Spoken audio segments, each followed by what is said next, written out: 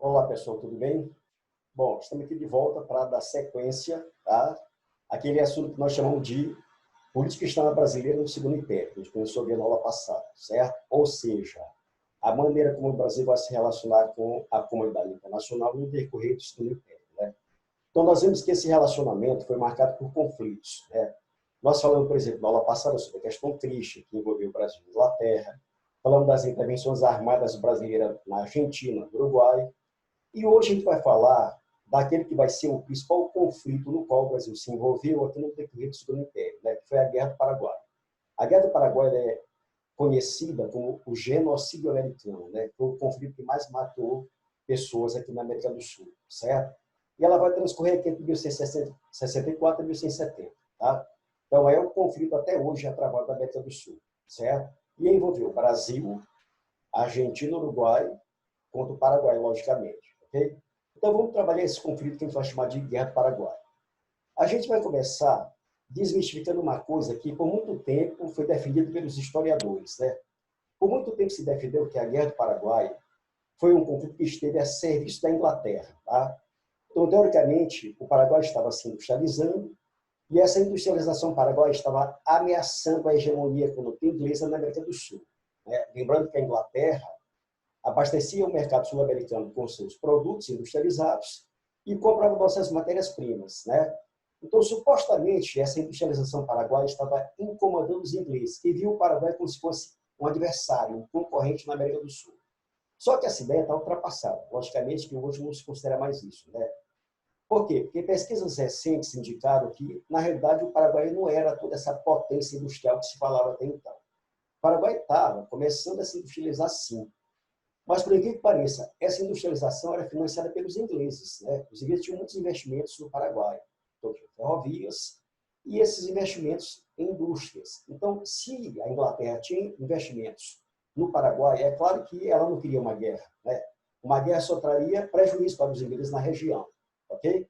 Então, essa ideia, ela hoje está totalmente descartada. Ok? Mas, se a Guerra do Paraguai não esteve a serviço do interesse britânico na região, o que é que vai motivar a ocorrência desse conflito? Certo? Bora ver, então, aqui quais os fatores determinantes, ou quais as causas que motivaram a Guerra do Paraguai. Ok? Muito bem. Então, a primeira causa foi exatamente isso aqui, ó, as pretensões expansionistas do ditador paraguaio Solano Lopes, que é exatamente esse rapaz aqui. Ó, tá? Então, o ditador Francisco Solano Lopes havia subido ao poder e a ideia dele era expandir o território paraguaio, principalmente anexar territórios brasileiros, argentinos e uruguaios e abrir uma saída para o mar. O Paraguai não tinha saída para o mar. Logicamente que o fato do Paraguai não ter saída para o mar, isso prejudicava os seus interesses econômicos, principalmente suas exportações. Okay? E o ditador Solano Lopes queria abrir uma saída para o mar, certo? Então, essas pretensões expansionistas vai ser, sem dúvida alguma, uma das causas, né, que vai motivar a ocorrência da Guerra do Paraguai.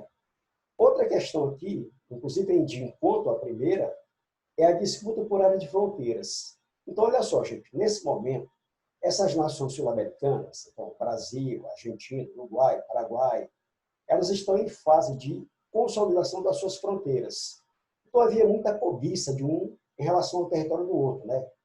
E essa disputa por fronteiras vai estar presente aqui na Guerra do Paraguai. Por exemplo, para que o ditador Solano Lopes pudesse conquistar sua famosa saída para o mar, ele teria que anexar terras brasileiras, argentinas e uruguaias, rompendo assim as fronteiras desse país, que logicamente não vão aceitar. E vão se mobilizar na defesa dessas fronteiras. Ok? Muito bem. Uma outra causa que você pode indicar como sendo fator determinante da Guerra do Paraguai é o próprio imperialismo brasileiro na América do Sul. Lembrando, o que é imperialismo? Imperialismo é o domínio de uma nação sobre a outra. Né? Pode ser o domínio econômico, pode ser o domínio cultural, certo? Ou até mesmo militar. Ora, o Brasil é a maior potência da América do Sul, o maior país em termos territoriais, o maior país em termos econômicos. Então, sendo a maior potência da América do Sul na época, o Brasil faz questão de manter a garantia dos seus interesses na região, certo? Então, toda vez que tiver o poder em algum dos países vizinhos, algum governante que era contrário ao interesse brasileiro, o que o governo brasileiro fazia?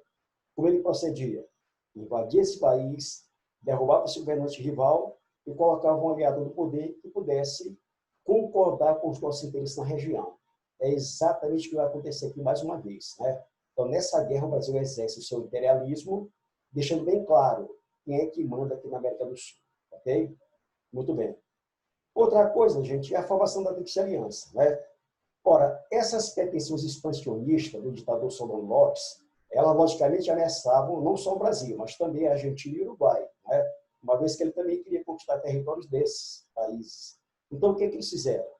Formaram a chamada Tríplice Aliança, uma aliança militar, para se defender contra o interesse paraguaio na região. Alguns historiadores falam que essa Tríplice Aliança tinha um apoio britânico. Ora, gente, na realidade isso aqui é discutível. Se havia esse apoio britânico, era só com a finalidade de vender equipamentos para esses países, ok? Porque, como nós vimos anteriormente, a Guerra do Paraguai, ela não é por interesse inglês, até porque a Inglaterra tinha investimentos no Paraguai, né? E essa guerra poderia, inclusive, provocar prejuízo para os ingleses, tá? Então, esse apoio aqui é discutível, tá? Se há algum apoio, é exatamente na intenção de, com a finalidade de lucrar, abastecendo esses países com equipamentos que a Inglaterra tinha para fornecer. Inclusive, ela fornecia até para o próprio Paraguai, certo? Muito bem. E nós temos aqui a causa imediata, que vai motivar a ocorrência da guerra, que é a prisão do navio brasileiro Marquês de Olinda. Esse navio subiu o Rio Paraguai, levando para aquele país, né? Aliás, levando para Mato Grosso, que é vizinho do Paraguai, né? O Rio Paraguai está ali no meio, separando Mato Grosso do Paraguai. Então, levava para a província de Mato Grosso o novo dirigente daquela província, indicado pelo imperador Dom Pedro II. Esse navio foi capturado por embarcações paraguaias que o levaram para Assunção, capital do Paraguai, certo? Então, o Brasil considerou esse episódio uma afronta, e diante disso, o Brasil, então, declara guerra ao Paraguai, certo? Então, aqui nós temos o conjunto geral dos fatores ou das causas que teriam motivado a ocorrência da guerra do Paraguai, ok? Bom, então, bora ver como é que esse conflito vai se desenvolver. Vamos lá, certo? Olha só, quem vai tomar a iniciativa da guerra é o Paraguai. Afinal de contas, o Paraguai já estava preparado para esse conflito, né? Assim que o ditador paraguaio Solon Lopes subiu ao poder, ele investiu na formação de um exército, na formação de uma marinha que atuava ali no Rio Paraguai e seus afluentes. Então, o Paraguai já está pronto para essa guerra, certo? E é exatamente o Paraguai que vai tomar a iniciativa da guerra, atacando em 3 frentes.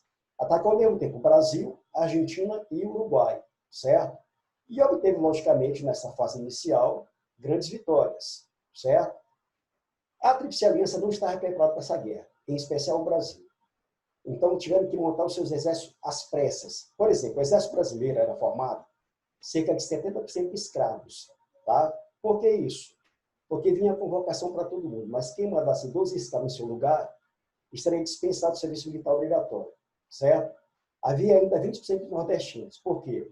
Porque como a escravidão está em decadência aqui no Nordeste, né, não tinham as pessoas que não tinham como enviar 12 escravos em seu lugar. Então, acabavam sendo capturados à força e enviados para lutar lá no fim de batalha como voluntários da pátria, certo?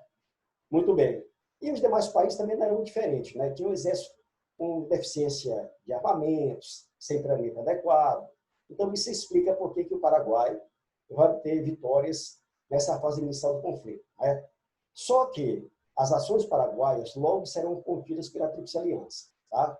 O exército paraguaio, mais bem preparado, mais bem treinado, chegou a obter vitórias significativas, como, por exemplo, na Batalha de Curupaiti.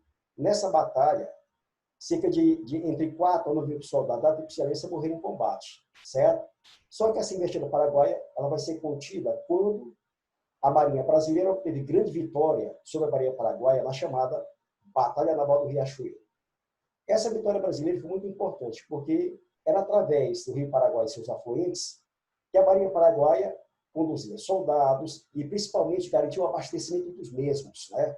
E agora, não podendo mais fazer isso, praticamente as tropas paraguaias vão ficar bloqueadas, sem abastecimento, certo? Uma outra vitória significativa da Tríplice Aliança foi a conquista da fortaleza de Humaitá, que era a principal fortaleza de defesa do Paraguai, né? Então, a conquista dessa fortaleza em Humaitá por tropas da Tríplice Aliança, capitaneadas por tropas brasileiras, abriu o caminho para que a Tríplice Aliança invadisse o Paraguai, certo? Muito bem. Então, sob o comando do Marquês de Caxias, Luiz Alves e Silva, as tropas da Tríplice Aliança, tendo as tropas brasileiras na frente, né, obtiveram vitória importante na Batalha da Costa Nu, sobre o exército paraguaio. Um detalhe que chama atenção nesse momento é que esse exército paraguaio, que combateu na Batalha da Costa Nu, era formado basicamente de mulheres e crianças, uma vez que os homens já tinham morrido, né? A maior parte dos homens tinham morrido em conflito, certo? E, claro, acabaram sendo todos massacrados pelas tropas da Tríplice Aliança, certo? A vitória final vai ocorrer na Batalha de Cerro Corá. Então, nessa batalha, as tropas da Tríplice Aliança foram comandadas pelo Conde Deu, ou o senhor Gastão de Orleans, né? Que era marido da princesa Isabel, genro do imperador Dom Pedro II. Então, nessa batalha, Solano Lopes foi derrotado por seu exército, inclusive Solano Lopes foi assassinado por soldados brasileiros. Tá? Então, você tem aqui vitória da Tríplice Aliança, consequentemente, você tem vitória brasileira na guerra. Ok? Muito bem. Mas olha só, gente, mais importante do que o desenvolvimento dessa guerra são as consequências que essa guerra vai gerar para aqueles que participaram da mesma, certo? E para a própria América do Sul, de maneira geral. Então, bora ver aqui algumas dessas consequências, certo? Primeiro aqui, ó, você tem a dizimação da população paraguaia. Ora, pessoal, a população paraguaia diminui drasticamente. Por quê? Porque a maior parte dos homens em idade militar morreram em conflito, certo? Morreram em combate. E muitas mulheres, crianças também morreram durante a guerra. Então, você tem uma diminuição muito grande da população paraguaia, né?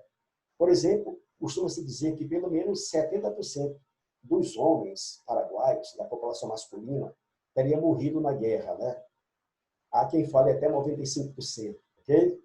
Muito bem. Outra coisa que você tem aqui é a privatização das terras paraguaias. É claro que alguém vai ter que pagar as dívidas de guerra, e quem paga é quem perde, logicamente. Então, grande parte das terras paraguaias foram leiloadas para se captar recursos para pagar indenizações aos vencedores, certo? Muito bem. Outra coisa aqui, você tem o fim da ditadura de Francisco Solano Lopes, né? E logo após a guerra, é considerado o maior bandido da história do Paraguai. Entretanto, né, de lá para cá, as coisas mudaram.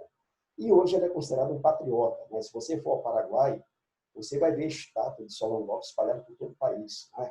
É um grande patriota, um grande líder, né? Que defendeu os interesses paraguaios na época da guerra, ok? Muito bem.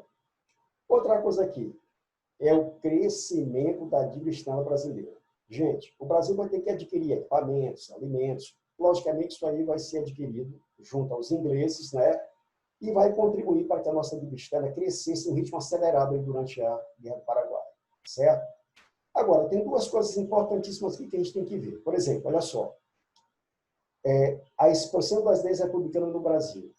Dos países que participaram da guerra, gente, só o Brasil era monarquia, todos os demais eram repúblicas. Então, nossos militares entraram em contato com as leis republicanas e gostaram, né? Perceberam, por exemplo, que a república é uma forma de governo mais participativa, né? Ela aproxima mais o governante do cidadão, né? Inclusive, permite ao cidadão fiscalizar mais de perto as ações do governante. Então, gostaram da ideia, trouxeram para o Brasil, fundaram aqui no Brasil um clube chamado Clube Republicano, e esse clube republicano, posteriormente, vai se transformar em Partido Republicano, né? Que era formado aí pelos militares, pelas camadas médias urbanas e os cafeicultores paulistas, certo? Que eram setores que eram contrários à monarquia. Muito bem. Esse partido cresceu tanto que, em 1889, acabou dando aquele golpe de 15 de novembro de 1889, que derrubou a monarquia e estabeleceu a república no Brasil, que dura até os dias atuais. Ok? E nós temos também, pessoal, o chamado crescimento do movimento abolicionista no Brasil. Ora, não esqueça que a maior parte do exército brasileiro era formada de negros, né? A gente falou ainda agora em 70% do exército brasileiro composto de escravos, né? Foi prometido a esses escravos que, caso o Brasil saísse vencedor, eles seriam libertos. Isso, porém, não se concretizou na prática. Então, o que vai ocorrer é que, com o término da guerra, as camadas médias urbanas, no caso, médicos, advogados, jornalistas, poetas, escritores, intelectuais, comerciantes e os próprios militares, eles se engajaram na campanha abolicionista, exigindo do governo leis que pudessem favorecer aos escravos do Brasil, certo? Então, além da pressão externa exercida pela Inglaterra, que há muito tempo queria acabar com a escravidão no Brasil, né, a fim de entrar no seu mercado consumidor, certo? Você tem agora a pressão interna, né, onde as camadas médias urbanas estão se mobilizando e exigindo do governo brasileiro leis em favor do escravo. E essas pressões acabaram dando certo, né? Tanto é que em 1871 você tem a lei do ventre livre, né, que libertava os escravos nascidos a partir do ano. Em 1885 você tem a lei do sexagenário, que vai libertar os escravos a partir de 60 anos de idade. E, finalmente, você tem, em 1888, a Lei Áurea, né, que institui em caráter definitivo a escravidão negra no Brasil. Ok? Muito bem. Então, essas aqui são as principais consequências que a Guerra do Paraguai gerou para aqueles que participaram da mesma. Certo? Então, vamos ficar por aqui por hoje. Na próxima, a gente vai dar sequência a esse assunto. Beleza? Sequência ao Segundo Império, trabalhando mais um assunto referente ao período. Beleza? Então, um abraço. Até a próxima.